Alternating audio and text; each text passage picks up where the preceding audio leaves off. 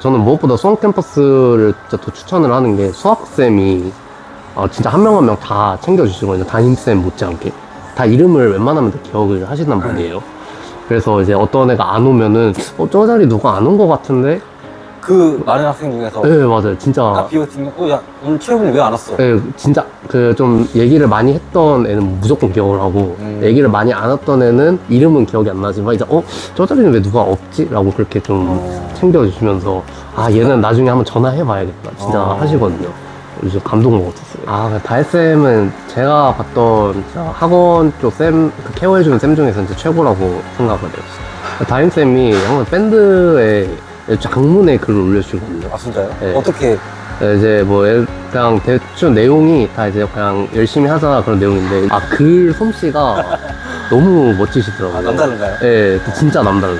진짜 정말 그걸 보고 너무 감동을 먹어가지고 그리고 이제 마지막 그 시험 이제 마지막 날까지 마지막 날에는 저희 이제 블루반 쌤이셔가지고 블루반에 수강을 했던 이제 학생들 이름을 한 명 한 명씩 다 언급을 해서 진짜? 네, 진짜 다 밴드 많은 학생들? 네, 다 진짜 그 태그를 거셨더라고요. 누구 분류반 아무것도 못해도 40명 넘을 텐데. 그러니까요. 와. 그거를 다 하시면서 이제 너희도 이제 너희는 다 갈 수 있다. 원하는 데를 갈 수 있을 거야. 그럼 화이팅 하는 게. 네, 안녕하세요. 저는 2025학년도 서강대학교 전자공학과를 최초 합격한 최유빈이라고 합니다. 그 서강대 말고도 혹시 다른 학교 붙은 학교도 있나요?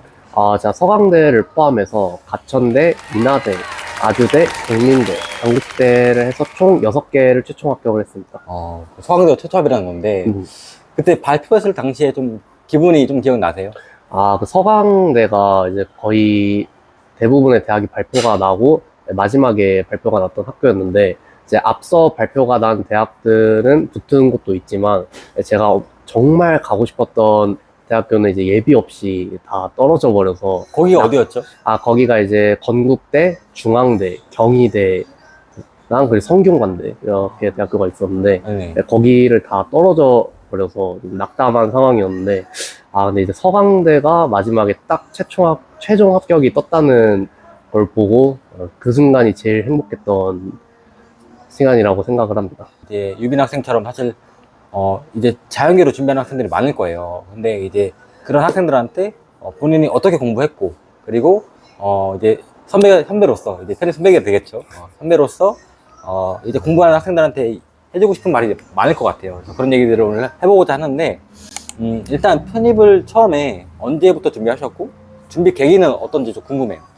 편입은 저는 1월 초부터 시작을 했었고 준비를 하게 된 계기는 제가 원래 편입을 준비하기 전에 일을 1년가량 하고 이제 적성에 맞지 않아서 퇴사를 하고 어디 이직을 할지 아니면은 예전에 잠시 생각을 했던 편입을 다시 준비를 할지 고민을 하고 있었는데 제 아는 친구가 이제 편입에 공부를 해서 좋은 대학교를 갔다는 소식을 듣고 그거에 대한 뭔가 나도 해보면 되지 않을까 그런 나는 좀 욕구가 생겨서 준비를 하게 됐습니다. 그럼 수강했던 반은 혹시 어디세요? 제가 수강했던 반은 블루-A반에 수강을 했습니다. 그러면은 말 나온 김에 블루반 한번 자랑 좀 해주시죠. 이제 저희 블루반에 이제 담당하시는 저희 담임 선생님께서 정말 학생들을 한 명 한 명 다 이제 챙겨주고 멘탈적인 걸로라든지 아니면 그 외적인 걸로 일일이 다 상담도 이제 꺼림없이 해주시고 그리고 이제 데일리 테스트나 이런 것도 꾸준히 담당을 해서 계속 보게 해주셔서 그거에 대한 이제 전반적인 관리가 정말 잘 해주셨던 담임쌤이 계셨고 그리고 블루반은 이제 영어와 수학이 함께 통합돼서 그 수업을 받는 반이어가지고 이제 그거에 영어와 수학을 하나도 놓지 않고 다 전면적으로 이제 공부를 할 수 있는 이제 그런 환경이 괜찮았던 반이었던 것 같습니다. 그렇군요. 근데 사실 이제 자연계 학생들이 제일 궁금해하는 게 영어랑 수학을 이제 공부하는데 예를 들어서 내가 노베이스예요. 노베이스인데 처음부터 이제 12월까지 어떻게 공부를 해야 될지 많이 좀 궁금해요. 그래서 일단 궁금한 게 유빈 학생은 공부를 시작하기 전에 어느 정도 베이스를 갖고 있었는지 궁금한데 그거 한 번만 말씀해 주실래요? 네. 저는 영어 같은 경우에는 수능 기준으로 4등급이었고, 그리고 수학은 6등급으로, 그렇게 베이스가 엄청 있는 상태는 아니었습니다.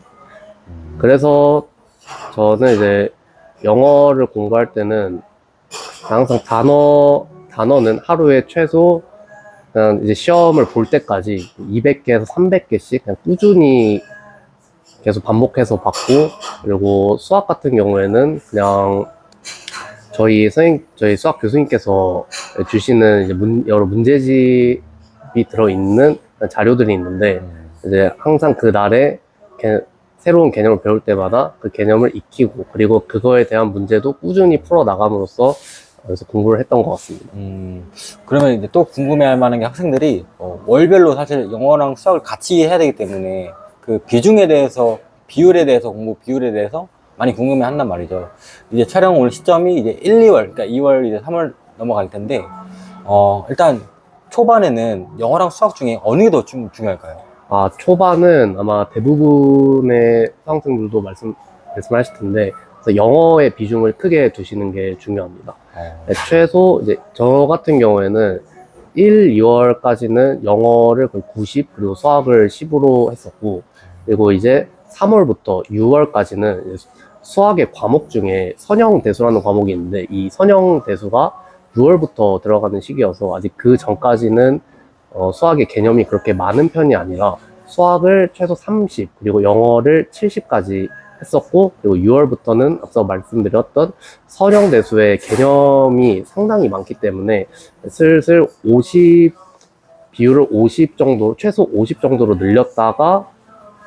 늘리고 이제 영어는 50, 그리고 마지막으로 한 파이널이 10월쯤인데, 이제 그때는 수학을 거의 70에서 90까지 차근히 그렇게 늘려서 공부를 했었습니다. 그럼 초반에는 영어를 비중이 좀 높이고, 네. 그리고 시간이 가면 갈수록 수학의 비중을 좀 높이는 그런 방식으로 이제 공부를 하셨던 것 같은데, 그럼 이제 좀 세부적으로 한번 이야기를 해볼게요.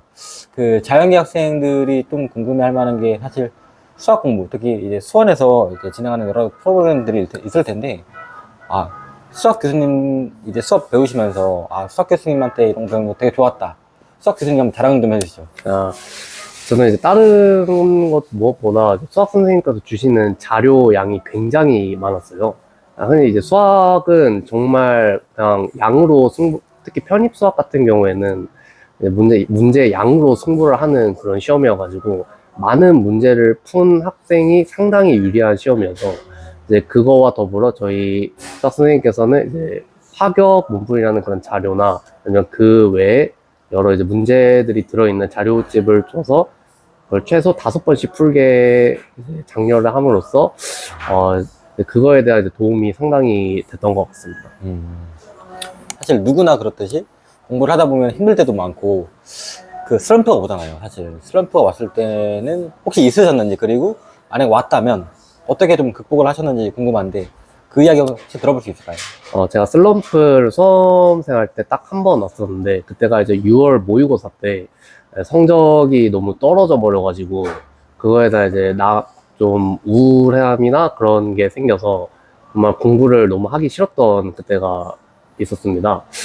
그때 제가 극복했던 거는 정말 단순했는데, 그냥 이제 그 슬럼프가 온 시기가 딱 토요일 주말이었어가지고, 그냥 토요일, 일요일 날은 최소한 단어와 그리고 수학은 가장 기본이 되는 문제들만 풀고, 그 외에는 그냥 이제 집에서 쉬면서 뭐 넷플릭스를 본다든지 아니면 좀 산책이나 운동을 한다든지에 대한 좀 자기 회복을 이제 최대 2일 정도까지 했던 것 같습니다.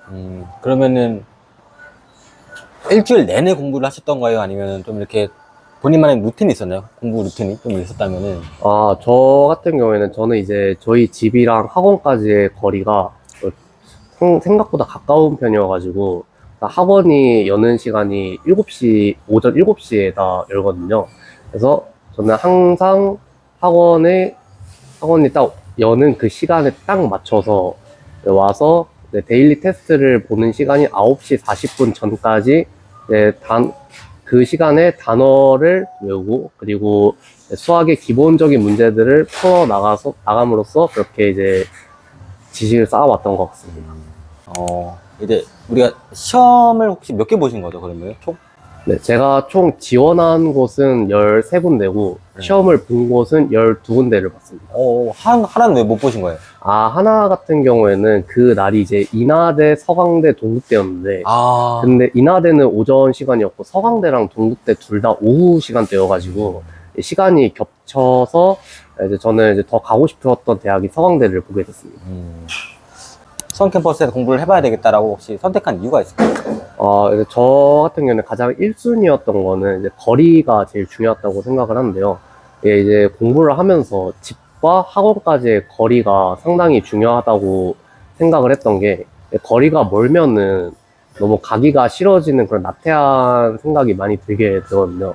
근데 저 같은 경우에는 이제 학원까지의 거리가 좀 가까운 편이어가지고 공부를 하는 데 있어서 괜찮았던 것 같고, 그리고 저희 수원 캠퍼스에 많은 이제 선생님들이 계시는데, 선생님들 한 분 한 분이 각자 이제 뭐 영어라면 논리, 독해, 뭐 이런 문법 그런 쪽의 영역에서 정말 모르는 거에 대해서 세세하게 알려주시고, 만약에 수업을 듣다가 모르는 게 있으면 이제 바로 선생님들이 다 학원에 계시기 때문에 제가 직접 가서 여쭤볼 수도 있는 그런 환경이 있어서 그런 거에 대해서 정말 좋았던 것 같고, 그리고 이제 학원에서 해준 배치 상담이 있는데 담임 선생님과 같이 해 주시는 거거든요. 이제 그거를 통해서 어디 학교를 지원을 해야 될지에 대한 그런 정보, 뭐 예를 들어서 이제 이 학교는 좀 상향인 것 같고 어디는 적정이다. 그리고 여기는 하향이니까 이쪽 과는 하향이니까 안전하게 지원해도 되겠다. 이제 그런 거에 대한 정보를 얻을 수가 있어서 학교를 어떻게 지원할지에 대한 그런 전략을 수령하는 데 있어서도 정말 도움을 많이 받았습니다. 그러면은 이제 그 수학 같은 경우에 또 사실 다른 캠퍼스에서 없는 저희만의 특화된 프로그램 중에 하나가 지퍼백 프로그램이 있잖아요. 지퍼백 모의고사. 네. 학생들이 사실 그거에 대해서 많이 궁금해 할 거고, 그리고 이제 매년 학생들이 그거에 대해서 이제 이야기를 하는데, 사실 이 영상을 보는 분들은 잘 모를 거란 말이죠. 그래서 지퍼백 모의고사는 뭐고, 그 다음에 그거에 대해서 어떻게 좀 도움을 받으셨는지, 말씀 좀 나눠주시죠.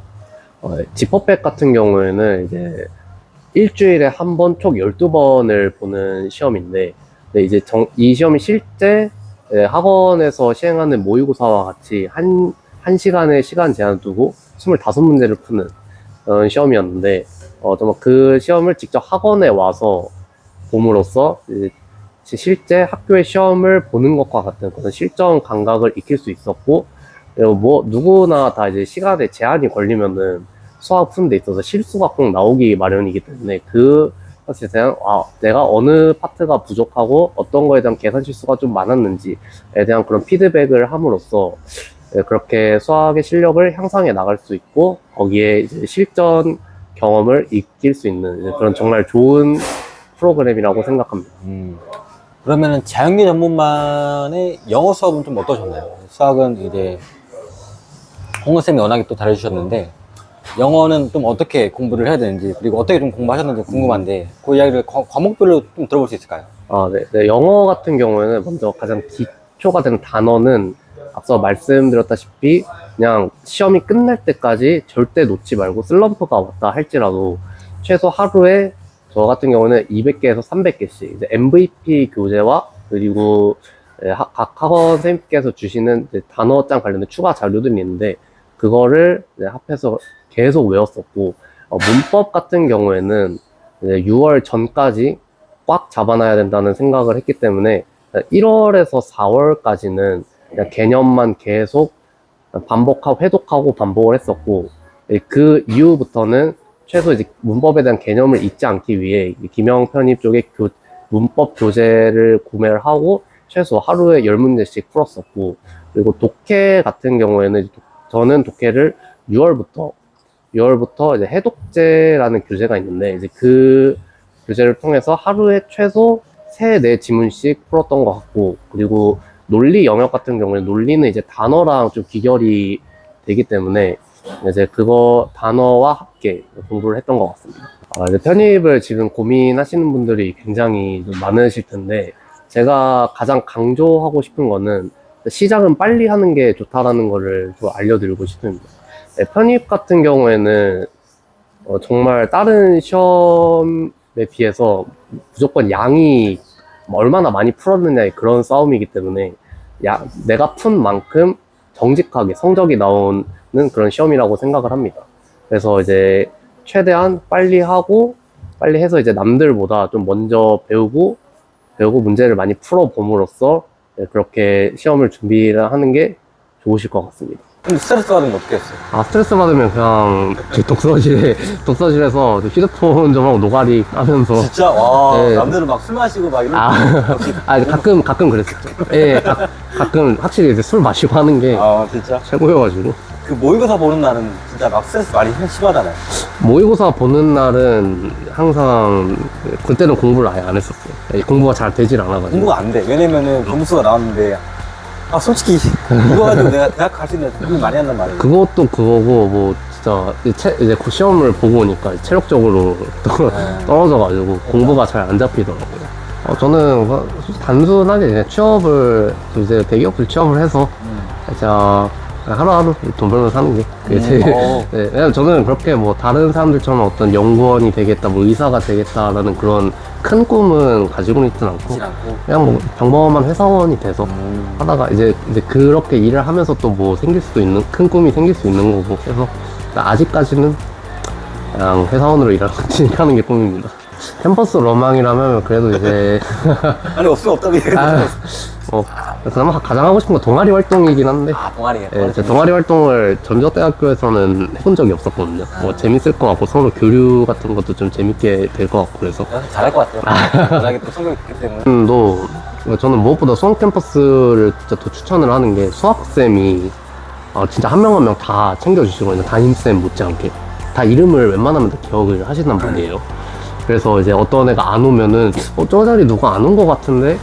그 많은 학생 중에서. 네, 맞아요. 진짜. 비오팀, 야, 오늘 체육을 왜 안 왔어? 네, 진짜 좀 얘기를 많이 했던 애는 무조건 기억을 하고, 얘기를 많이 안 했던 애는 이름은 기억이 안 나지만 이제 저 자리는 왜 누가 없지? 라고 그렇게 좀 챙겨주시면서 얘는 나중에 한번 전화해봐야겠다 진짜 하시거든요. 요즘 감동 먹었었어요.